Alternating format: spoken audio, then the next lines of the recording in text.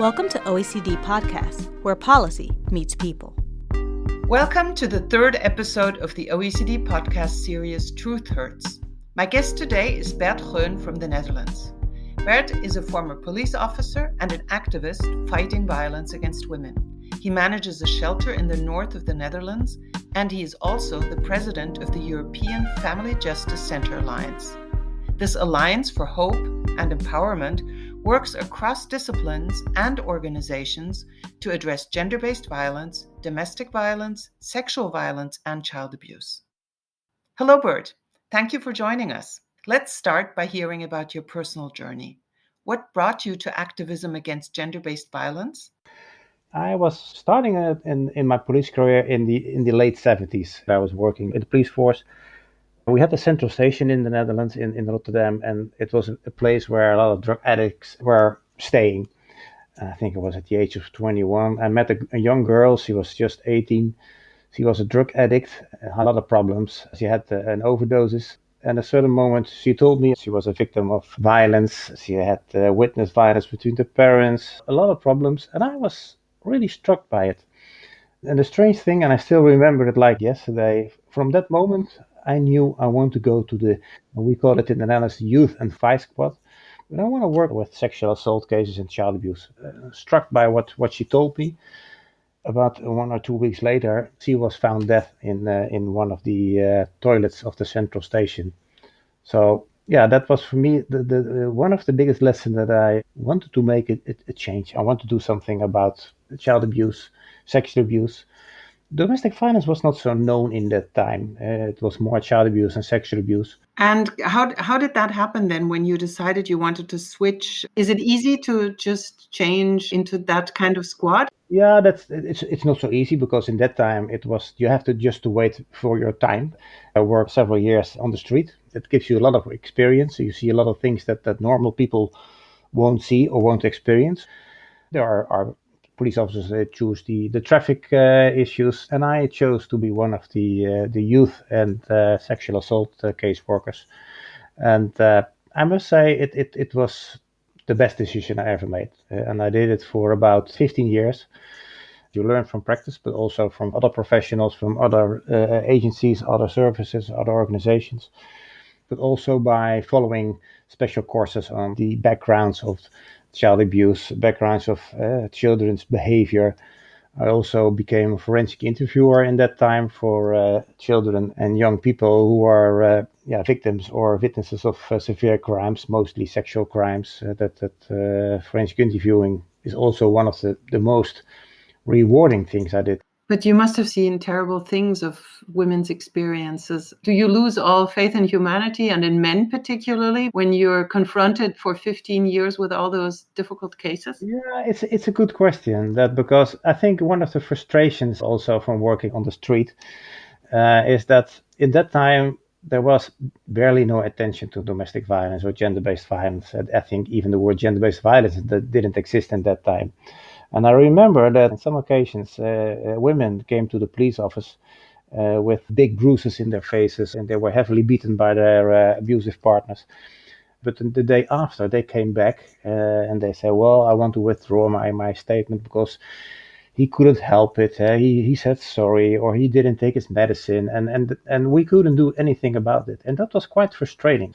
Nowadays, that's not possible anymore. But I still remember that was a big frustration. And regarding your question about how to cope with the horror that you see, I worked also for 7 years in international trafficking and prostitution, forced prostitution and child pornography cases.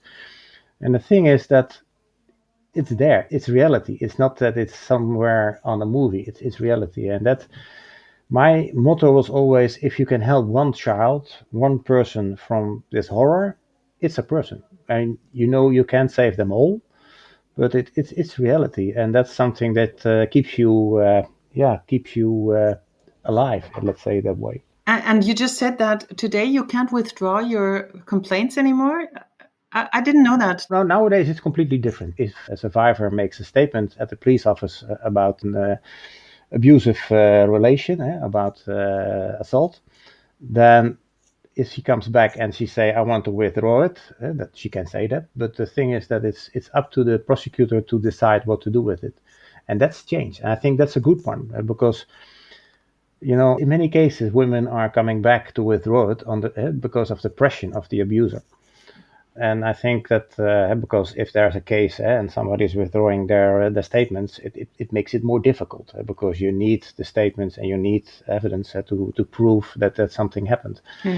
But it gives you more the ability to get in touch with the survivor and to discuss and to talk with her about, okay, what's the reason that you are withdrawing it? What is the reason that you won't go further with your statement? And I think that's extremely important because we know that a lot of women are withdrawing their statements just because of the pressure of the perpetrators, the abusive partners. Yeah.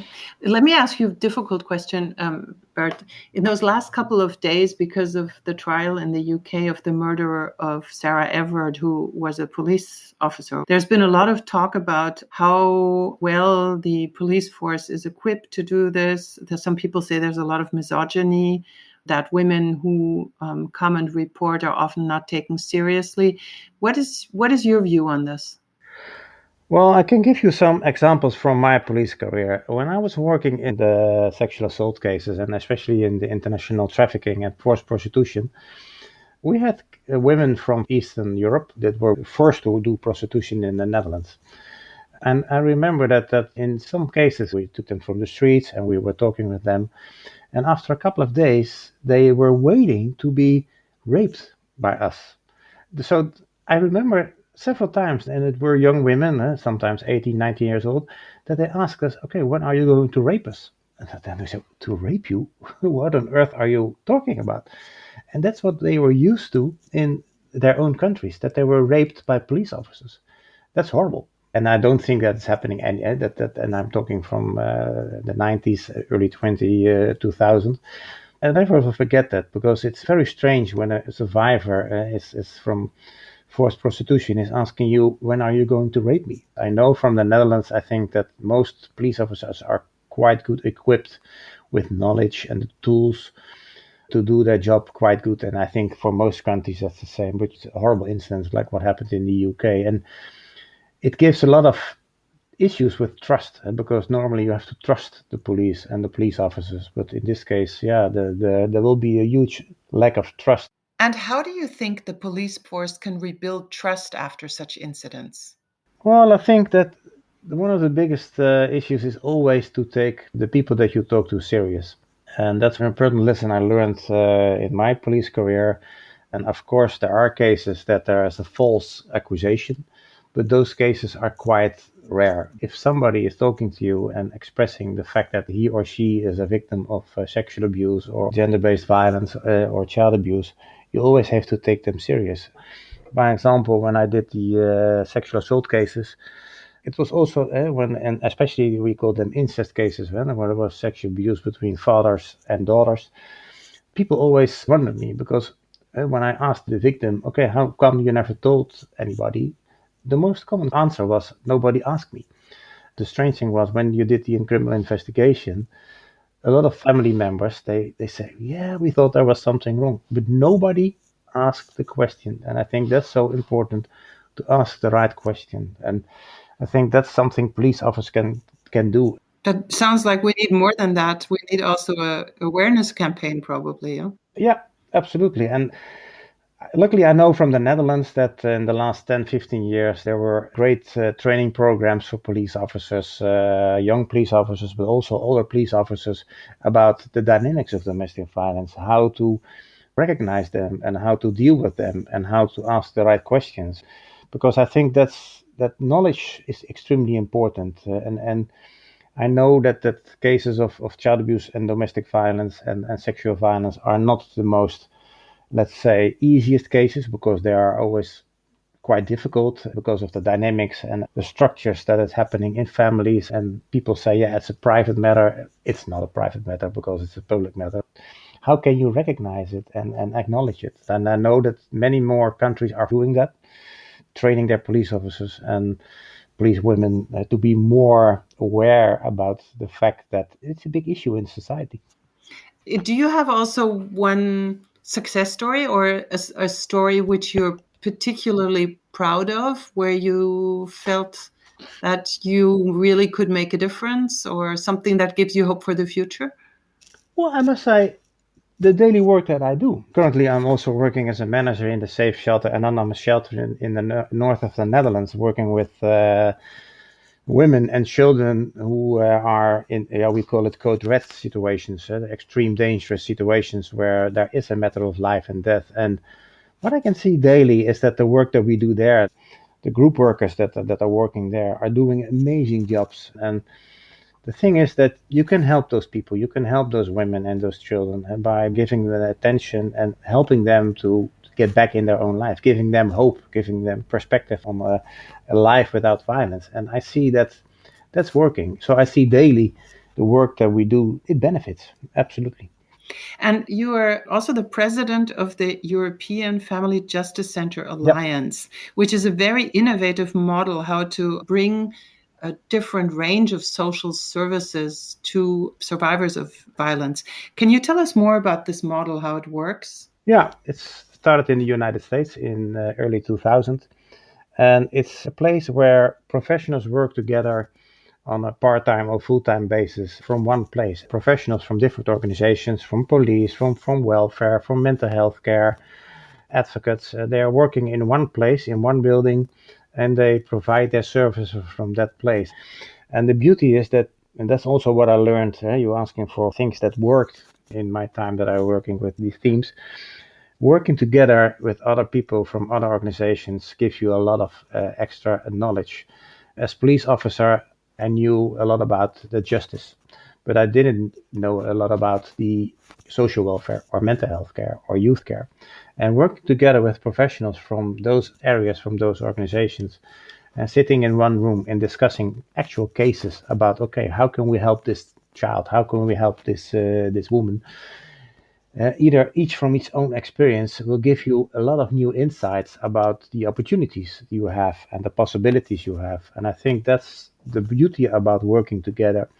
And the power from working under one roof is that you can easily get in touch with each other.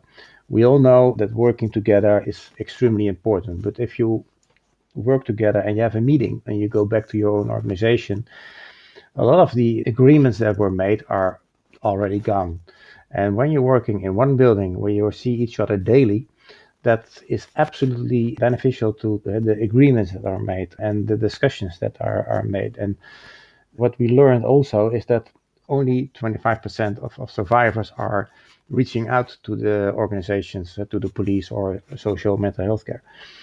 And we ask ourselves the question, how come that a lot of survivors, victims are not reaching out? And we learned that one of the issues is that they had to travel from organization to organization and tell their story over and over again. And telling your story over and over again is each time is a new trauma experience. And traveling from the one organization to another organization is also not very beneficial to step out of a horrible situation. So we learned that when they go to one place and can tell their story and they are served by the police or social welfare, it helps. And that's a lesson we learned. There are more than 180 centers currently in the United States, and also in Europe it's growing. We now have 14 centers, and each are different. It's not a copy-paste model because it depends on how the situation, regional, local, or national is, but it's the guiding principles that keeps us, let's say, connected, and it works. It saves lives. The Alliance has built many family justice centers around the world. You often use the motto, dream big, start small. What does that mean in practice? Dream big, start small. It means that you have to start with enthusiastic people. And sometimes it's a very limited group of people. Because there's in the beginning, you will see, that's what we also experienced. Not all organizations are enthusiastic because people think that's something new. People think that it's affecting their work. And that's what we, in many cases, we see. But it's not something new. It's just taking the best what you already have and bring it together.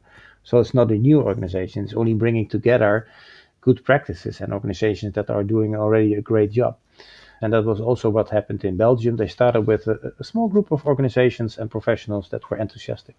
But in time, other organizations and other professionals, they witnessed it and they saw that it was a success. So they came also along and said, well, can I join? Can I join? And I think that's the beauty. And now it's a 2-floor center in the center of Antwerp, and it's absolutely an eye-opener. And I can also ask people, if you have the opportunity, go and see it with your own eyes, visit it, talk to the professionals, because they can tell you what it helped them in their work, and everybody there is enthusiastic. I also want to make an announcement about our upcoming conference in January. We always have every year our International Family Justice Center conference in Europe, and we do a live session on January 17th in the Netherlands, in Rotterdam. We will do a one-day conference about intimate terrorism, because that's one of the most severe forms of violence. Let's hope that lots of people are listening to us who are enthusiastic about taking the same path and opening family justice centers then.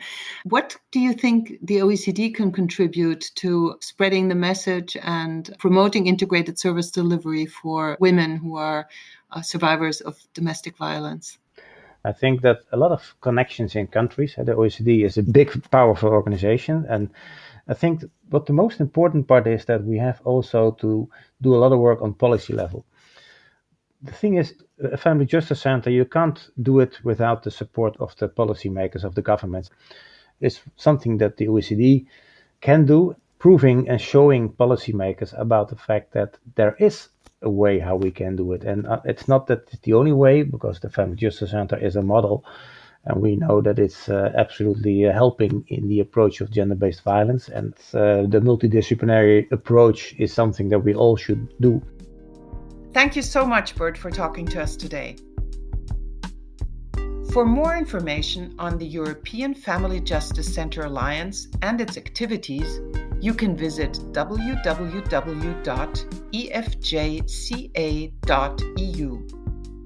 And to learn more about the OECD's work on violence against women, please go to www.oecd.org/gender. To listen to other OECD podcasts, find us on iTunes, Spotify, Google Podcasts, and SoundCloud.com/OECD.